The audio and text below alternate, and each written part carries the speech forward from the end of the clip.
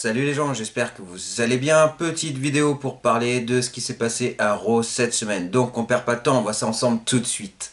Tout a commencé par The phénoménal AJ Styles. Il arrive et monsieur dit qu'il fait la fête en Floride depuis WrestleMania. Il raconte aussi qu'il est vraiment super heureux d'être Grand Slam champion. Pour ceux qui ne savent pas Grand Slam champion, mais je pense que tout le monde sait, mais juste au cas où, c'est tout simplement le principe d'avoir toutes les ceintures au moins une fois. Par exemple, AJ Styles est super content, mais il faut savoir que The Miz est 2 fois Grand Slam champion, l'air de rien. Donc voilà, il raconte qu'il est vraiment super content du coup d'être Grand Slam champion et en plus en seulement 5 ans. Mais qui vient gâcher les exploits de AJ Styles qu'il est heureux de raconter? Eh ben tout simplement, c'est The New Day. Ils arrivent et ils disent mais vous travaillez encore ici vous? Ils sont tellement étonnés depuis le temps qu'on n'a pas vu AJ Styles et Omos qu'ils se disent mais ouais ils travaillent encore là, c'est vraiment bizarre. Bon, Omos n'apprécie pas énormément et du coup il demande un match. Donc, New Day contre AJ Styles et Omos. Bon, la technique du New Day, c'est pas compliqué, tout simplement, c'est de bloquer AJ Styles, d'y faire la fête, y casser la tête pour avoir une chance, parce qu'ils savent très bien que si Omos arrive, ils auront aucune chance. La preuve, parce qu'au moment que Omos arrive, ils ont beau essayer d'y mettre des coups, etc., et bah, rien n'y fait. Omos ne bouge même pas d'un poil, c'est juste impressionnant. Omos est juste trop balèze. Donc comment se termine ce match? Tout simplement, Omos casse un peu la tête au New Day, même un petit peu beaucoup, et du coup AJ Styles fait son finish en passant par-dessus les épaules de Omos, et du coup c'est fini. Les tensions continuent de monter entre Sonya Deville et Adam Pearce, tout simplement en coulisses. Sonya Deville était en train de parler avec Charlotte, et Charlotte au moment que Adam Pearce arrive, et ben elle s'en va. Du coup, il essaye de savoir, mais qu'est-ce qui s'est passé? Mais Sonya Deville ne veut rien dire, donc encore des tensions entre les deux. Ensuite, grande surprise les gens, et là je sais qu'il y en a qui vont pas être contents, ça va faire des histoires, ça va être le bazar, je suis sûr et certain, parce que alors que nous apprenions que Mickie James, Billie Kay, Peyton Royce, Chelsea Green ont été virés, et ben là, qui c'est qui revient? Eva Marie. Il faut savoir que moi, personnellement, Eva Marie, avant, j'étais pas forcément fan de ce qu'elle faisait en in-ring. Dites-moi les gens ce que vous en pensez, mais moi, j'étais pas forcément à bloc. Mais bon, apparemment, elle s'est vraiment améliorée. Donc, à voir ce qui va se passer. Ils ont montré une petite vidéo promo de Eva Marie disant qu'elle allait revenir. Donc, voir ce que ça donne. Mais sincèrement, je pense qu'il y a plein de gens qui vont pas être contents. Quand tu vois que, par exemple, ils ont viré Mickie James ou Peyton Royce qui voulait vraiment faire monter et au final voilà, au final elle montait, elle de rien du tout parce qu'elle se fait virer. Et là, en échange, ils prennent Eva Marie. Je pense que sincèrement, ça risque de faire des histoires. Mais après, à voir. Moi, je demande à voir ce que Eva Marie propose parce qu'apparemment, comme je vous l'ai dit, elle s'est énormément entraînée. Donc, je ne vais pas la juger. Je veux juste voir ce qu'elle propose et on verra si j'apprécie ou si j'apprécie pas.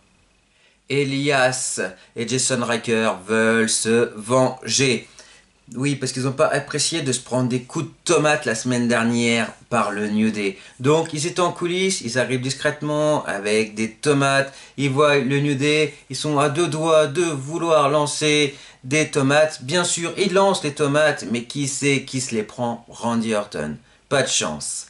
Et en plus, qui c'est qui arrive avec sa trottinette? Hello, bro! Lui, il me fait vraiment super marrer. Mais donc, voilà, qui se prend les tomates? Et ben, tout simplement, c'est Randy Orton.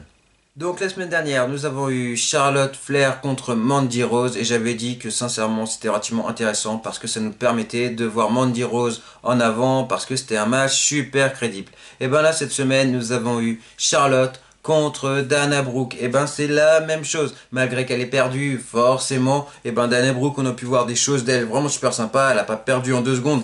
Et voilà, franchement c'était vraiment bien super intéressant et j'ai bien aimé ce que Dana Brooke et Mandy Rose ont fait récemment. Bon, juste après ce match-là, il y a eu un discours. Charlotte dit tout simplement que c'est elle qui influence tout simplement les catcheuses.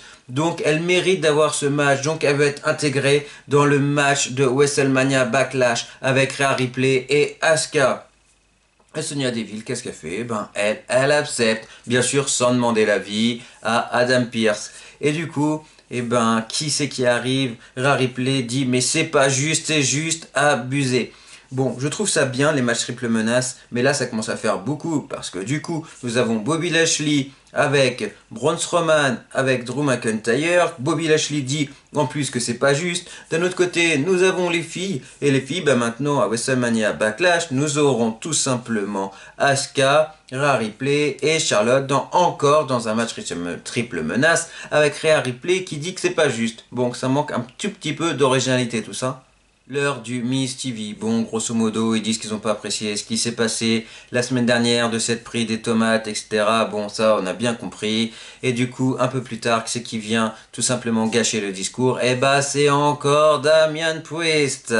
Et du coup, cette semaine, nous aurons Damian Priest contre John Morrison. Mais où c'est que va aller cette histoire? Parce que là, encore une fois, c'est une défaite de John Morrison. C'est encore Damian Priest qui a gagné. Et là, franchement, je sais pas, mais il faut faire quelque chose. Je trouve ça vraiment pas cool pour The Miz et John Morrison, la situation. Dites-moi en commentaire ce que vous en pensez. Mais moi, franchement, je trouve que c'est pas cool pour eux du tout, quoi. C'est juste abusé. Mais bon, voilà, affaire à suivre. Mais là, on sait très bien que c'est pour faire monter Damian Priest. Donc, pour le moment, The Miz et John Morrison, pour eux, pas de chance pour le moment. Mais j'espère vraiment que la situation va se débloquer parce que, quitte à, il y a un moment qui s'engueule et qu'on a une réalité entre Morrison et The Miz qui peut vraiment être top et intéressante, si la situation est ici, alors moi, j'accepte de voir cette rivalité-là entre les deux.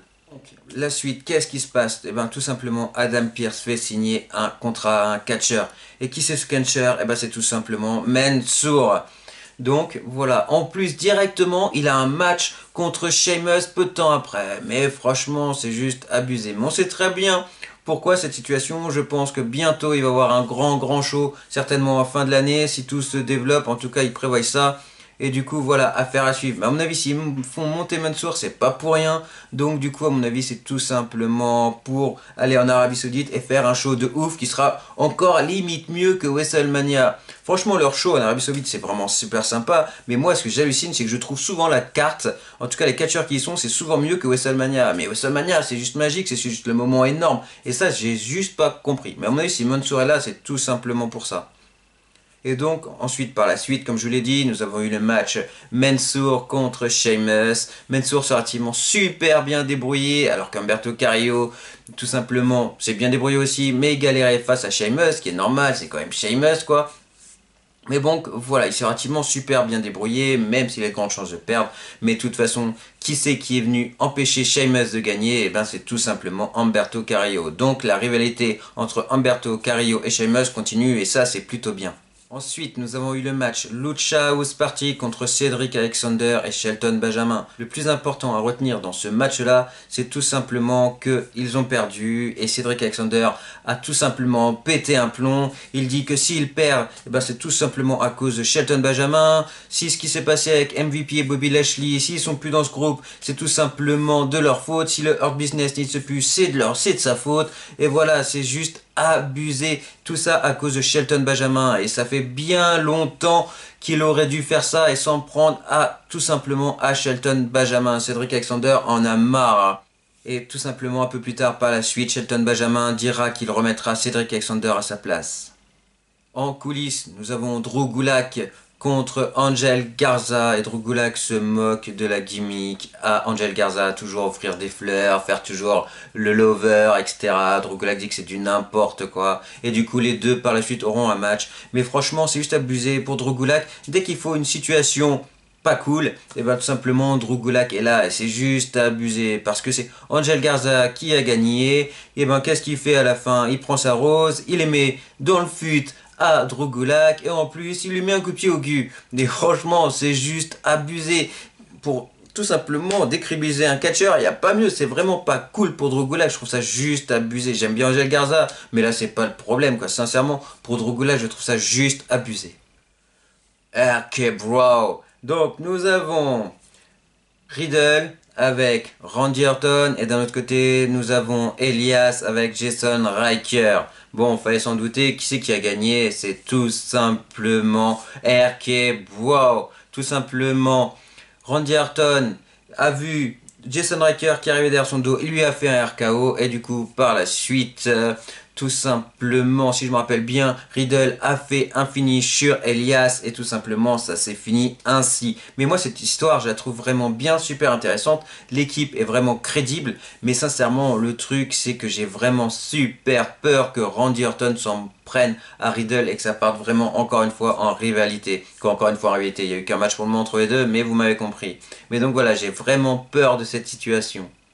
Nia Jax, accompagnée de Reginald, et Shayna Baszler contre Naomi et Lana. Bon, déjà le truc choc, c'est que s'il n'y avait pas eu Reginald, et ben tout simplement Lana était en train de faire le tombé à Shayna Baszler, et Reginald est venu empêcher ça, mais sinon Lana aurait gagné.